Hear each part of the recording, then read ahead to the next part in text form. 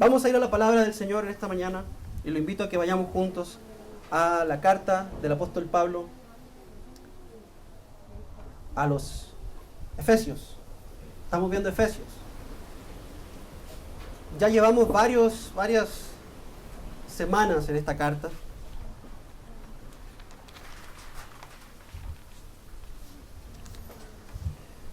Y a veces, hermano, cuesta creer que es una carta que está escrita desde la cárcel.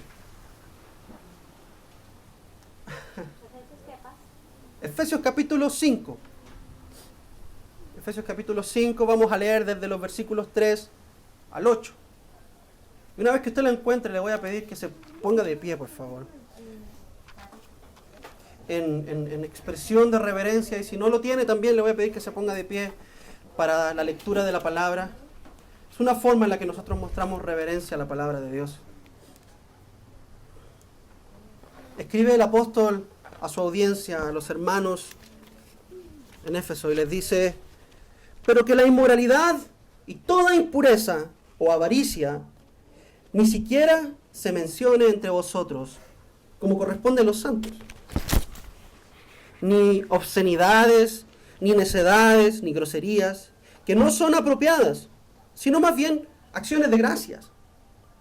Porque con certeza sabéis esto, que ningún inmoral, impuro o avaro, que es idolatría, tiene herencia en el reino de Cristo y de Dios. Que nadie os engañe con palabras vanas, pues por causa de estas cosas la ira de Dios viene sobre los hijos de desobediencia. Por tanto, no seáis partícipes con ellos, porque antes erais tinieblas, pero ahora sois luz en el Señor. Andad como hijos de la luz. Oremos. Padre Celestial, tu palabra es clara, tu palabra es poderosa, es viva y es eficaz. Y yo te pido que en esta mañana tú nos hables con poder y con autoridad. Señor, el único poder que nos permite ser más como Cristo es el poder que viene de la palabra. Y la única autoridad sobre la cual nosotros nos podemos parar, Señor, y estar sostenidos es la autoridad de tu palabra, Señor. Tu palabra lo es todo para nosotros. Y por eso, Señor, permítanos ser transformados en esta mañana, mientras tu palabra es predicada, Señor. Yo soy falible, pero tu palabra no lo es, Señor. Por eso ayúdame a que mis labios estén llenos nada más que de tu palabra, más que de cualquier otra filosofía. Te lo pido en el nombre de Jesús. Amén. Y amén. Puede tomar asiento, hermanos. Hermanos, hay momentos en que parece que... No parece. Hay momentos en que la Biblia es tan clara, que explicarla parecería como hacer un despropósito. Sería como enredar algo que ya está claro. Yo siento que este pasaje es uno de esos pasajes que son tan claros, que anoche mientras meditaba un poco en esto, yo decía, pero ¿para qué lo voy a predicar? Si en realidad es tan claro, hermano, insisto. Es tan evidente lo que Pablo nos está diciendo acá. Pero no todos estamos en el mismo lugar, en la misma posición de conocimiento o de madurez espiritual. Y a veces no decimos las cosas ni las repetimos porque no las sepamos, sino que porque necesitamos escucharlas. Hace unos días atrás yo hablaba con un amigo que anda ahí como medio en el mundial. Y yo le decía, ¿y el evangelio, hermano? ¿Qué le pasó al evangelio en tu vida? Y a mí decía, yo sé todas esas cosas, yo las sé. Yo sé todo lo que tú me estás diciendo y todo lo que tú me vas a decir, yo lo sé. Sé exactamente lo que me vas a decir. Pero por alguna razón no tiene efecto en mi vida en este momento. Me gusta mi estado de rebeldía. Entonces muchas veces no es que necesitemos aprender algo, sino que necesitamos escucharlo una vez más. Y Pablo hacía eso muchas veces, repetía. Y en este caso, hermano, estamos frente a un mensaje que es claro. Recapitulando un poco en dónde estamos en Efesios, y como les decía, a veces cuesta creer que Efesios fue una carta escrita desde la cárcel. Una de las obras escritas desde la cárcel más famosa en la historia es un libro que se llama Mein Kampf. Mi lucha, escrita por Adolfo Hitler. Adolfo Hitler escribió este libro que fue conocido en el tiempo de su gobierno nacionalsocialista, fue conocido como la Biblia de Hitler, la Biblia del nazismo. Cuando un matrimonio se casaba, en ese tiempo se le regalaba el Mein Kampf, a los niños se les regalaba el Mein Kampf. Era un libro que escribió Hitler en la cárcel. Y este libro usted puede darse cuenta que fue escrito desde la cárcel. ¿Por qué? Porque está lleno de odio, está lleno de amargura, está lleno de resentimiento, está lleno de ideas locas, de ideas diabólicas. Pero claro, es evidente, está en la cárcel. ¿Qué se puede esperar? Además, ¿qué se puede esperar de Hitler? ¿Cierto? Una mente diabólica, loca, enferma. Pero Pablo escribe esta carta desde la cárcel y pareciera como que estuviera de vacaciones. ¿Por qué? Porque vemos a un Pablo, ayer leímos Efesios acá, junto con mi hermana Ruth, que fue la hermana que vino a leer la palabra de Dios. Yo le invito a que venga a leer la palabra de Dios. Y había un contraste tan grande entre Efesios y Gálatas, porque Pablo está camote, enojado, y como Gálatas torpes. Pero en Efesios él está, hermanos, no estén tristes por mí, yo tengo gozo. Dios nos ha llenado de bendiciones, Dios nos ha llenado de riquezas en Cristo. Entonces, Pablo, la primera mitad de Efesios nos recuerda que en Cristo tenemos muchas riquezas espirituales. Solo en Cristo. Porque estamos en Cristo es posible disfrutar de una herencia, es posible disfrutar de la adopción de hijos, es posible disfrutar de todas las riquezas que Dios tiene disponibles para nosotros. Todas ellas son posibles porque estamos en Cristo, porque hemos puesto nuestra fe en Jesús, porque hemos entrado a una relación con Él, y además de eso, como todos nosotros hemos entrado a la misma relación con Cristo, significa que todos nosotros también estamos unidos, ¿cierto? ¿Sí o no? Si todos entramos acá al templo, todos estamos en el templo, pero al mismo tiempo todos estamos unidos, porque estamos todos juntos en un mismo lugar. Entonces todas estas bendiciones Pablo las nombra y está lleno de gozo, pero a partir del capítulo 4 en adelante nos comienza a decir de qué forma tenemos que vivir. Y la semana pasada Pablo nos decía que tenemos que vivir imitando a Cristo e imitando al Padre.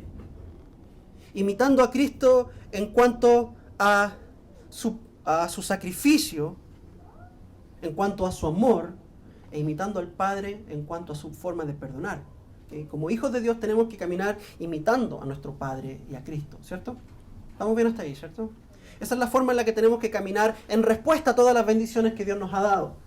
Pero también nos dice cómo no debemos caminar. Y eso es lo que hace acá en esta parte. Nos dice cómo debemos evitar caminar, cómo debemos huirle, a qué debemos huirle. El mensaje de hoy, hermanos, de Pablo para nosotros es que los santos, usted y yo somos los santos. ¿Cuántos santos hay acá? Okay. Todos somos los santos y hemos puesto nuestra fe en Jesús. No somos santos porque seamos perfectos, somos santos porque fuimos separados del mundo. Los santos no deben participar de las obras de las tinieblas. Los santos no debemos participar de las obras de las tinieblas.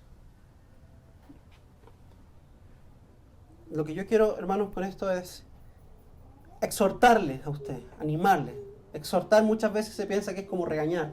No, exhortar es como empujar a alguien.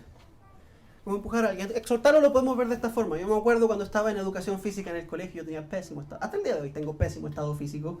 Yo corro 3 minutos y ya estoy con el corazón en la mano. ¿Ok? Pero me acuerdo que estaba en básquetbol y yo era bajillo, chiquitillo, y había un muchacho alto y que era muy simpático, muy buena nota conmigo. Entonces yo corría y ya me iba quedando atrás, y si yo me quedaba atrás me iba a bajar la calificación. Entonces venía este muchacho detrás de mí, corriendo, y me ponía la mano en la espalda y me empujaba y me animaba. No sé si alguna vez alguien ha hecho eso con usted, pero el muchacho en sus fuerzas me compartía algo de sus fuerzas para yo poder, y me sentía animado, decía, wow, este muchacho está conmigo. Generalmente en el colegio somos todos unos bullies unos con otros, somos todos unos desgraciados, nos tratamos mal, nos ponemos sobrenombres. Pero este muchacho, de hecho, está preocupado por mí. Él me está exhortando. ¿Ok? Lo que yo quiero hacer esta mañana es exhortarle, empujarle, así, con mi correr a usted. ¿Exhortarle a qué? A tener un comportamiento santo. A tener un comportamiento como un hijo de Dios. Incluso en la forma en la que hablamos. En las conversaciones en las que nos involucramos. Porque hay muchas conversaciones alrededor nuestro que se están dando. Y Pablo dice, incluso en su forma de conversar, se tiene que notar que ustedes son cristianos. Que su forma de conversar sea por lo menos la más mínima expresión de su cristianismo. Hay inmoralidades, avaricias y atrocidades que se viven en este mundo. Nosotros ni siquiera deberíamos participar en las conversaciones sobre eso. En los chistes que se hacen. En las bromas. Cuando vienen a hablarte acerca de tal muchacha o tal muchacho, de tal forma, ni siquiera participar de ese tipo de conversaciones. Y eso es lo que Pablo llama las obras de las tinieblas. ¿Cuáles son las obras de las tinieblas? Pablo las menciona en el versículo 3 y 4. Dice que la inmoralidad se refiere a la inmoralidad sexual, hermanos, a la impureza sexual. Es una obra de la tiniebla. Y bien nos aclaró el Señor Jesucristo en Mateo capítulo 5 de que la inmoralidad sexual no es solamente terminar acostado con una mujer que no sea mi esposa, sino que también todo pensamiento que se maquina en la mente y en el corazón. Usted no crea que usted no es adúltero porque usted no se ha acostado con una mujer que no sea su esposa. No. Usted es adúltero cuando en su corazón maquina pensamientos, cuando mira a una mujer más de la cuenta, cuando piensa en su corazón y en su mente, mira, mi esposa ya no tiene esa figura. Mi esposa ya no se maquilla como antes. Pero esta muchacha, no sé, esta muchacha tiene algo distinto. ¡No! Corra de esos pensamientos. Porque el Señor dice, adúltero no es solamente el que lo hace. Adúltero también es el que alberga esos pensamientos en su corazón. ¿Y para qué vamos a hablar de la pornografía, hermano? ¿Para qué? Es un mal que ataca a muchos cristianos, incluso muchos pastores, que hoy están sufriendo. Hay estadísticas terribles, hermanos. Estadísticas horribles. ¿Y sabe qué es lo peor de todo? Es que lo ocultan. Me contaba mi profesor de ética, un pastor de una iglesia de acá de Costa Rica, que hacían entrevistas a los pastores, hacían encuestas a los pastores que trabajaban en esta iglesia, que era una iglesia muy grande. Y en una de las preguntas de la encuesta tenía nombre, obviamente, era con nombre, cada uno iba a saber quién iba a responder qué. Y les preguntaban si estaba luchando con algún tipo de pecado, y ninguno respondió. Después decidieron hacer la encuesta sin nombre, anónima. Y ahí sí, estoy luchando con pornografía, estoy luchando con masturbación, estoy luchando con tal y tal cosa. Es un mal que aqueja a la iglesia mucho. La inmoralidad, la impureza, la avaricia. Son las obras de las tinieblas, la avaricia. Y tal vez usted pensará, o muchos pensarán que porque somos pobres, no sufrimos de este mal. No, hermanos, la avaricia es un pecado que golpea a los más pobres como a los más ricos.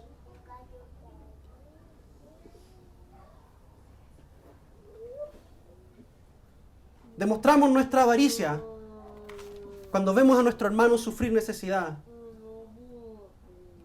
y cerramos nuestro corazón. Demostramos nuestra avaricia cuando es tiempo de presentar nuestra ofrenda delante del Señor y pudiendo, no lo hacemos. Y no estoy hablando aquí, como dicen, de hacer una ofrenda silenciosa. ¿Sabe lo que es una ofrenda silenciosa? Que a veces los pastores dicen, vamos a hacer una ofrenda silenciosa. Se refiere a solo billetes. Porque cuando caen no hacen ruido. Una ofrenda silenciosa. Vamos a hacer una ofrenda silenciosa, solo billetes. No estoy hablando de eso, que usted dé mucho o dé poco. Lo que estoy hablando es que usted sabe cuánto puede dar. Amén. Y aún pudiendo, no lo hace. Eso es la avaricia. Es decir, no, yo me voy a quedar con esto. Pablo lo llama idolatría a esto. ¿Por qué? Porque es rendirse ante un Dios falso. Es decir, si yo no tengo esto, entonces entonces no hay forma en que yo pueda tener en el futuro. Y se nos olvida que es Dios quien nos provee. Amén. Es poner nuestra confianza en el billete antes de poner nuestra confianza en Dios. Amén, amén. Y dice Pablo que ni siquiera se mencionan estas cosas, ni siquiera las obscenidades o las necedades. Hermanos, yo tengo que ser honesto con usted. A mí a veces me cuesta. A veces me cuesta que voy escuchando y de repente hay una conversación, sobre todo, yo no vivo en mi país, y de repente mi país, Chile, es un país que la vulgaridad es muy normal. Es muy normal, entonces de repente yo escucho a unos chilenos conversando por ahí y yo digo, mira, ese es mi acento, esa es mi gente, y me siento identificado y me quedo escuchando las vulgaridades que hablan de repente y a veces me doy cuenta de que estoy deleitándome en estas vulgaridades y el Espíritu de Dios me dice, suave un toque, momento. Ni siquiera se mencionan estas cosas entre ustedes, ni las necedades. El Señor nos dice que de toda palabra ociosa daremos cuenta. De toda palabra ociosa. De toda, perdóneme la palabra, estupidez que digamos.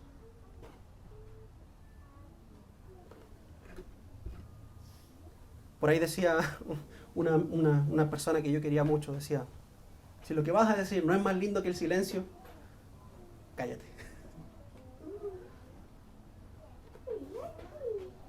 Y a veces deberíamos aplicar eso, hermano, ese mantra. Si lo que vas a decir no es más lindo que el silencio, si lo que vas a decir no edifica, si lo que vas a decir no empuja, no exhorta a tu hermano a caminar más como Cristo, si solamente te vas a dedicar a quejarte por quejarte, no vas a traer ninguna solución a la mesa, no vas a traer ninguna cosa positiva, tal vez deberías guardártelo para ti. O si lo que vas a decir acerca de la hermana o del hermano no tiene nada que ver con su carácter, pero tiene todo que ver con su cuerpo y con la forma en la que se ve, vea, póngase un piercing acá y otro acá y se cierra la boca.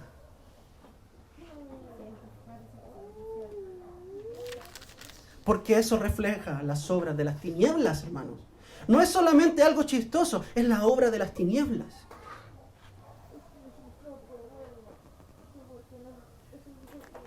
Obscenidades, necedades, groserías, inmoralidad, impureza, avaricia, idolatría. Todas esas cosas son las obras de las tinieblas y Pablo nos llama a no participar en ninguna de estas cosas, ni siquiera hablando de ellas. Cuidando nuestro lenguaje, nuestra forma de hablar. Y yo insisto, hermano, quiero ser muy honesto con usted. No le vengo yo a predicar aquí desde un pedestal diciéndole, vean, yo lo he logrado todo. Le vengo a predicar como un necesitado también de esta palabra. Una persona que necesita crecer en este aspecto. Que necesita aprender a cerrar su boca muchas veces. No soy mejor que ustedes. Esto no es una secta, ¿ok? Yo soy un hermano de ustedes, un hermano suyo. Y también me estoy santificando. Este mensaje también es para mí. Ahora nos dice por qué. ¿Por qué debemos alejarnos de las obras de las tinieblas, ni siquiera participar en ellas con nuestro lenguaje, con nuestra forma de hablar? Y nos da 3 razones, Pablo. 3 razones. Vayamos al texto, por favor. Vaya conmigo al texto. En primer lugar, en el versículo 5, la primera razón es que las obras de las tinieblas están separadas de Dios. Están separadas de Dios. Y nosotros queremos estar cerca de Dios. ¿Cierto? Vea lo que dice el versículo 5. Porque con certeza sabéis esto, que ningún inmoral, impuro o avaro, que es idolatría, tiene herencia en el reino de Cristo y de Dios. Y en el capítulo 1, versículo 11, Pablo nos dice que hemos obtenido una herencia en Cristo. Vaya conmigo al capítulo 1, versículo 11. Unas 2 páginas antes de ese pasaje, o una, no sé dónde esté.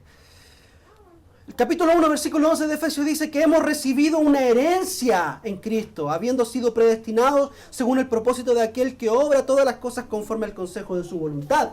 Es decir, que en Cristo Dios decidió darnos una herencia, algo que está prometido para nosotros en los cielos. Tal vez acá en este mundo nadie nos ame por causa de nuestra fe, pero en el cielo, también Pedro dice eso en 1 de Pedro capítulo 1, en el cielo Dios tiene una herencia para usted y para mí, un lote gigantesco donde en la casa de Dios. ¿Cierto? Jesús dijo a sus discípulos, voy a preparar morada para ustedes. En la casa de mi Padre hay muchas moradas. Por eso dicen que Jesús era del Saprissa. Pero hay muchas moradas. Voy a preparar una tienda para ustedes en la casa de mi Padre.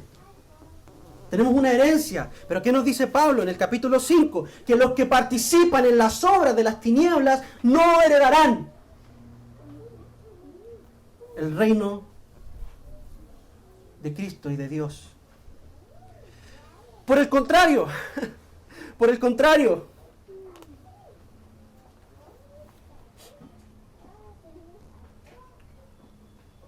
heredarán la oscuridad, heredarán las tinieblas. Mateo 25, vaya conmigo un momento a Mateo 25.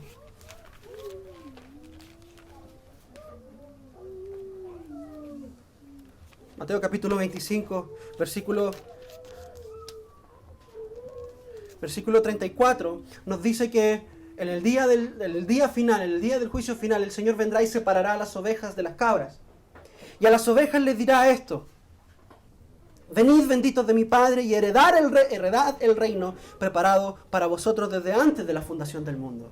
Usted y yo tenemos una herencia preparada para nosotros desde antes de la fundación del mundo. Exactamente lo que dice Pablo en Efesios 1:11.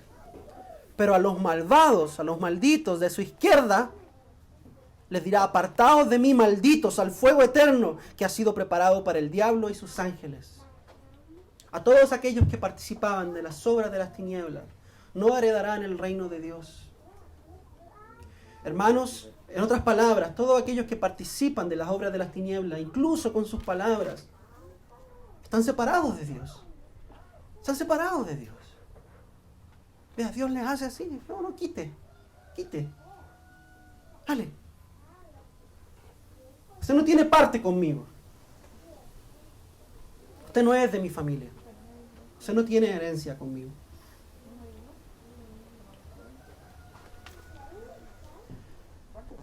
En segundo lugar, otra razón que nos da Pablo de por qué debemos alejarnos de las obras de las tinieblas, la vemos en el versículo 6. Dice que nadie os engañe con palabras vanas, pues por causa de estas cosas, es decir, de las obras de las tinieblas, la ira de Dios viene sobre los hijos de desobediencia. O sea que no solamente Dios resiste a aquel que participa de las obras de las tinieblas, sino que también activamente Dios lo castiga. Derrama su ira sobre él.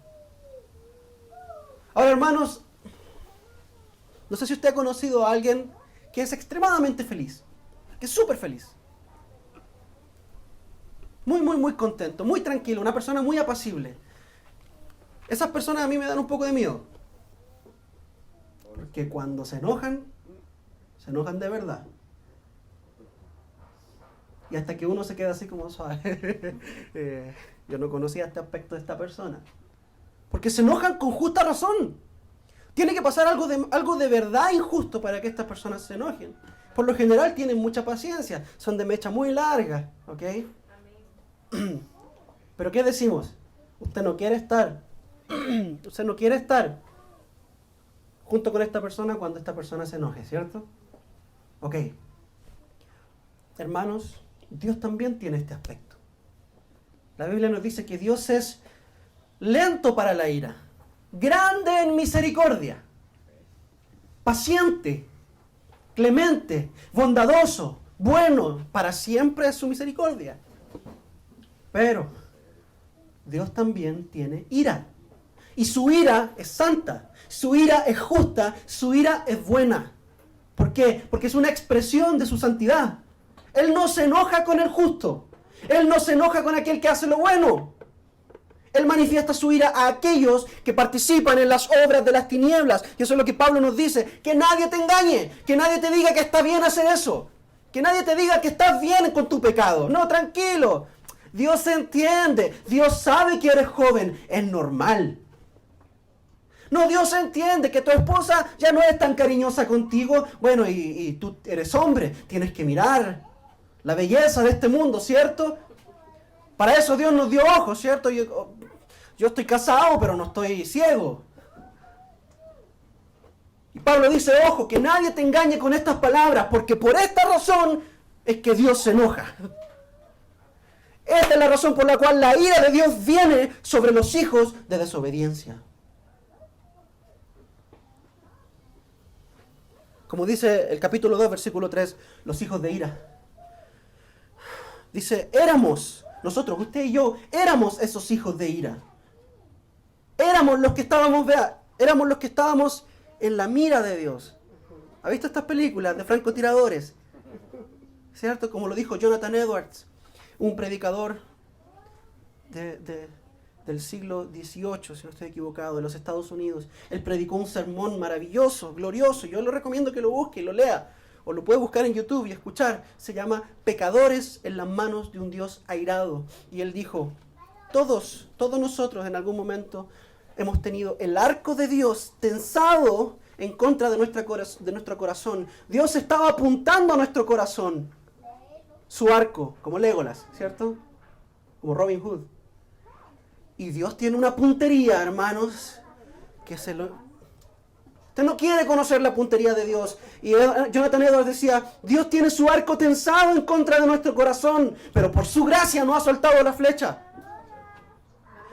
Todos estábamos en la mira de Dios, hermanos, dice Pablo. Éramos por naturaleza hijos de ira.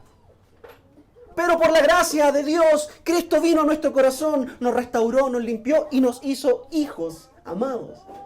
Ahora bien, Pablo nos dice que aquellos que participan en las obras de las tinieblas son los que hacen que Dios suelte la flecha. Llega un momento en donde Dios y su misericordia toca su límite. Dios dice, hasta acá llegamos.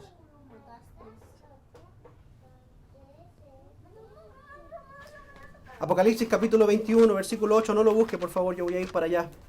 Dice lo siguiente, pero los cobardes, escuche,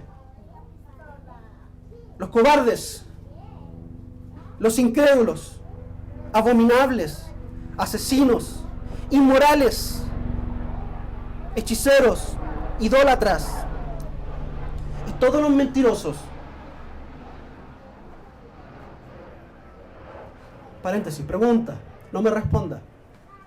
Mientras yo decía esta lista, cobardes, incrédulos, abominables, asesinos, inmorales, hechiceros, idólatras, mentirosos, ¿se sintió identificado con alguna? No me responda. ¿Se sintió identificado con alguna de estas descripciones? Porque, ¿qué nos dice acerca de estas personas? Todos tendrán su herencia en el lago que arde con fuego, azufre, que es la muerte segunda. La ira de Dios viene por estas cosas. Y por esa razón el apóstol nos dice, los santos no deben participar. No debemos ni siquiera participar con nuestra boca de estas obras. Debemos mantenernos lejos. Cuenta la historia que cuando Jonathan Edwards predicó este sermón famoso, dice que mucha gente entró en pánico y empezaron a gritar. No era un movimiento pentecostal, hermano. El pentecostalismo no existía en ese tiempo. Pero mucha gente se empezó a tirar al suelo y a gritar y a llorar y se rasgaban la ropa. Y entraban en pánico. Y gente que decía, puedo sentir el fuego del infierno quemándome en este momento. Porque el nivel de convicción era tan grande. Porque la gente entendía que estaban en las manos de un Dios que es santo. Un Dios que es peligroso.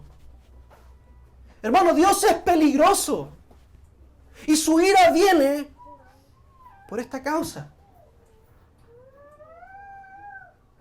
Pablo no le está diciendo esto al pueblo de Dios para que el pueblo de Dios se ponga triste. Sí, debemos ponernos tristes, pero lo que le está diciendo es porque los ama.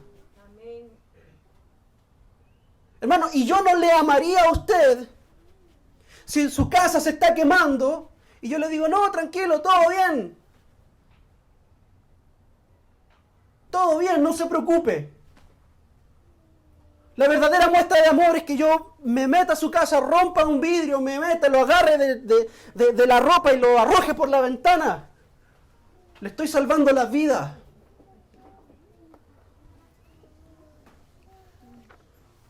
Los santos no deben participar en las obras de las tinieblas, porque por causa de estas obras, la ira de Dios, que es justa, santa, verdadera, pura, hermosa, viene sobre los hijos de ira. Y si usted y yo somos hijos de Dios, no debemos comportarnos como hijos de ira.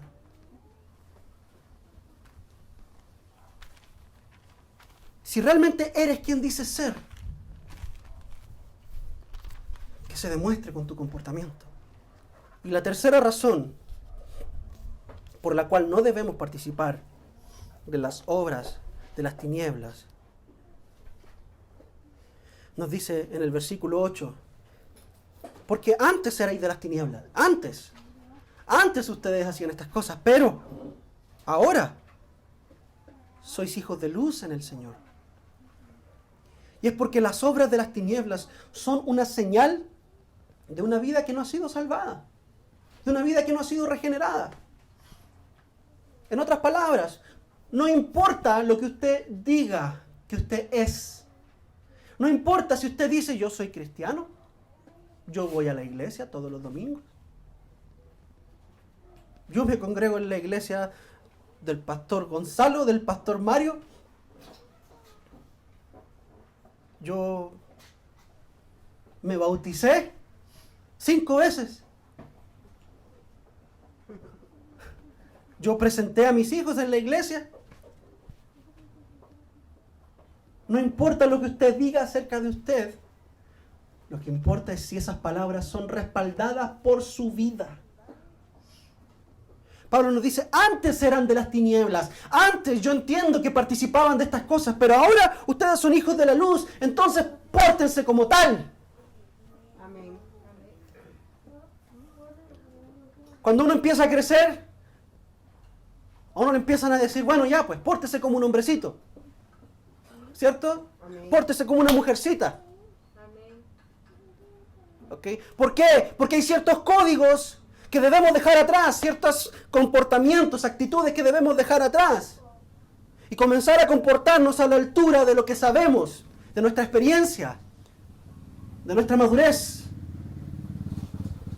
Usted no esperaría, hermanos,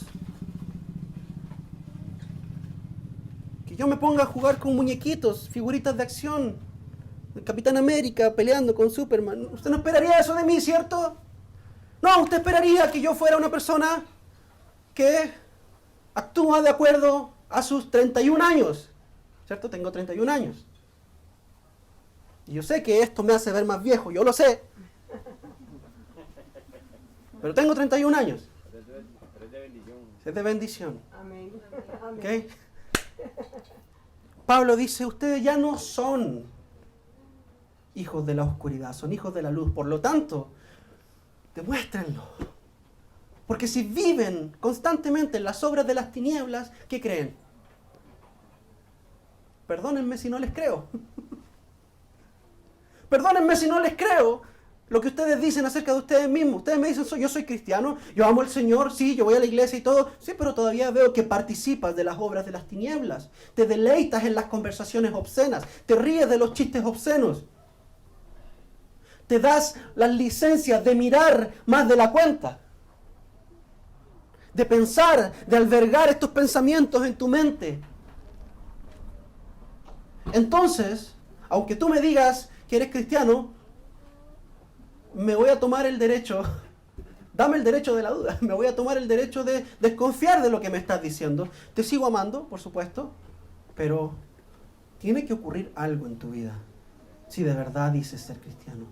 No puedes seguir viviendo la misma vida. No puedes, no se puede. Es imposible. Como a veces yo le doy este ejemplo, hermano. Imagínense que usted es un chanchito, ¿cierto? Un chanchito bonito, de esos que están engordando ahora en este momento para la Navidad. ¿Cierto? Para los tamales. Usted es un chanchito, hermoso, lindo, rosadito, gordito.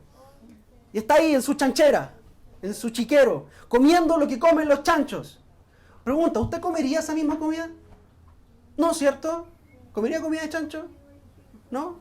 ¿Cuántos de acá comerían comida de chancho? A ver, quiero ver las manos. ¿Usted comería comida de chancho? Sí, si estoy en una chanchera y soy una chanchita, obviamente que tengo que comer. Sí, pero usted es ser humano, pues, hermanos. Ok, ahora imagínese que usted es un chanchito. Y usted se deleita, ¿cierto? Ahora sí, Dilana puede ver. El chanchito Dilana está aquí, la chanchita, como Piggy. Ajá. Dilana Pig.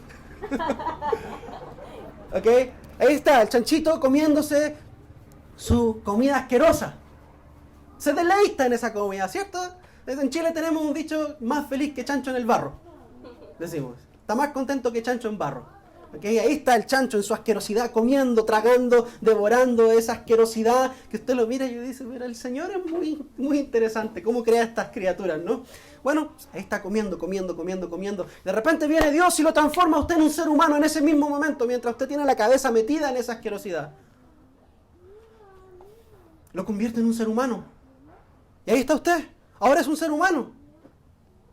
Desnudo. Y con la boca llena de comida de chancho. ¿Cuál va a ser su reacción? Usted ya no es un chancho. Ahora usted tiene la mente y el corazón de un ser humano. Es natural que lo primero que sienta sea vergüenza. Está desnudo, se quiere cubrir. Segundo, asco.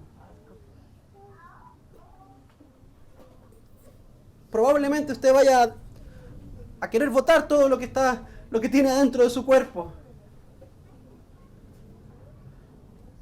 Es lo natural, ¿cierto? Amén. Es lo correcto. Amén. Sería antinatural que usted diga que el Señor lo transformó y seguir deleitándose en esa asquerosidad, en esa basura. Por esa misma razón Pablo dice: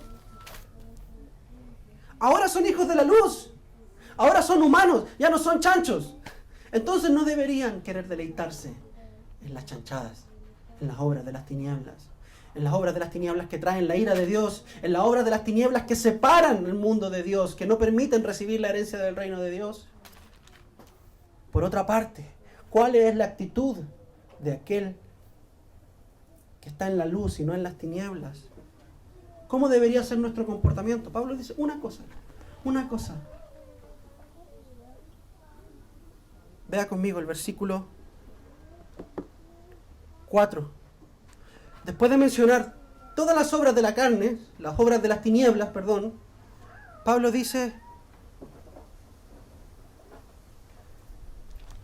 ni obscenidades, ni necedades, ni groserías que son inapropiadas, sino más bien cómo deberíamos actuar. ¿Cuál debería ser nuestra actitud para comenzar?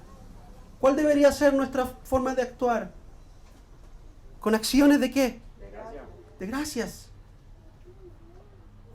En lugar de andar participando de las obras del enemigo, las obras de las tinieblas, la avaricia, la inmundicia, la idolatría, la inmoralidad,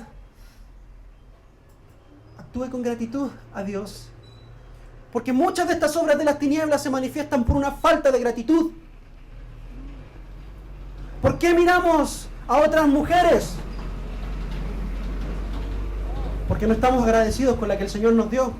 ¿Por qué miramos a otros hombres? No estamos agradecidas con el hombre que Dios nos dio.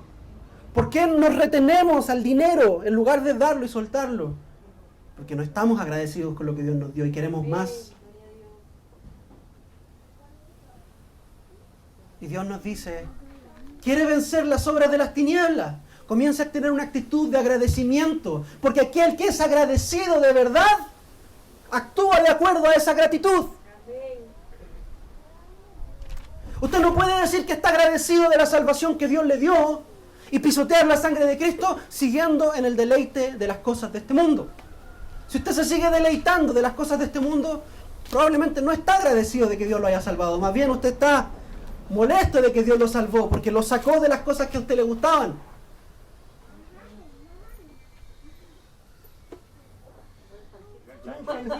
Ahí está el chanchito. Le llegó el momento al chanchito. No alcanzó a convertirse en humano. Con acciones de gracias. Esa es la señal. Esa es la marca de un verdadero cristiano. En parte, una de las marcas, no es la única, pero una de las marcas de un verdadero cristiano es que tiene un corazón agradecido. ¿Cómo, hermanos, vean? si usted está luchando, porque yo no voy a negar que a veces luchamos con tentaciones, con deseos que no están de acuerdo a lo que Dios ha hecho con nosotros. Pero ¿cómo podemos vencer cuando viene la tentación? Y de repente ahí están nuestros amigos disfrutando de sus chistes groseros y yo tengo la tentación de unirme. ¿Cómo podemos vencer las obras de las tinieblas? ¿Cómo podemos vencer la inmoralidad, la avaricia? Con gratitud, comenzando a dar gracias. Gracias a Dios, gracias a las personas que Dios puso a nuestro alrededor. Trato de constantemente decirle a Rachel lo agradecido que estoy con Dios por ella. Ella es un regalo de Dios para mi vida, que yo realmente no merezco. Yo no merezco una mujer como Rachel. No merezco un hijo como Santiago. No merezco una congregación como esta. Ustedes, hermanos, son más de lo que yo merezco. Estoy agradecido con Dios por eso. Amén. Y con esa actitud, Dios me da las herramientas para vencer las obras de las tinieblas que me tientan y llaman mi atención. Gratitud. Amén. ¿Cuántos quieren comenzar a ser agradecidos? Amén. Amén. Seamos agradecidos para no participar de las obras de las tinieblas. Oremos.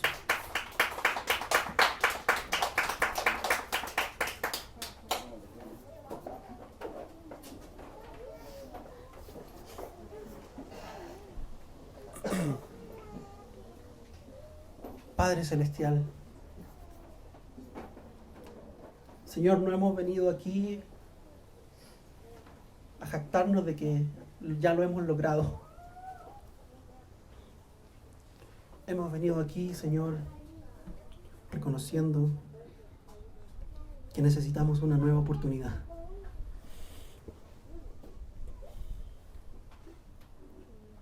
Que muchas veces tropezamos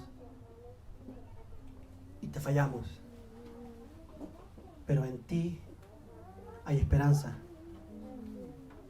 de seguir caminando y de volver a caminar en la luz a la cual tú nos has llamado y alejarnos de las obras de las tinieblas. Hoy, Señor, queremos ser agradecidos por lo que tú has hecho. A ti, solamente a ti sea la gloria. Porque tú nos hablas a tiempo y fuera de tiempo. Y cuando tú hablas, Señor, nadie más puede hablar. Todos callados, escuchando. Hoy queremos, Señor, obedecer a todos. Ayúdanos. Ayúdanos porque somos débiles. Ayúdanos porque no tenemos la fuerza de ser transformados por nuestra propia habilidad. Necesitamos la fuerza de tu Espíritu para caminar en la luz. Gracias por mis hermanos. Yo te pido que lo que hoy se ha predicado se plante en sus corazones como una semilla que produzca mucho fruto para la gloria de tu santo nombre y para el bien de ellos, para su santificación. Te lo pido en el nombre de Jesús. Amén. Amén.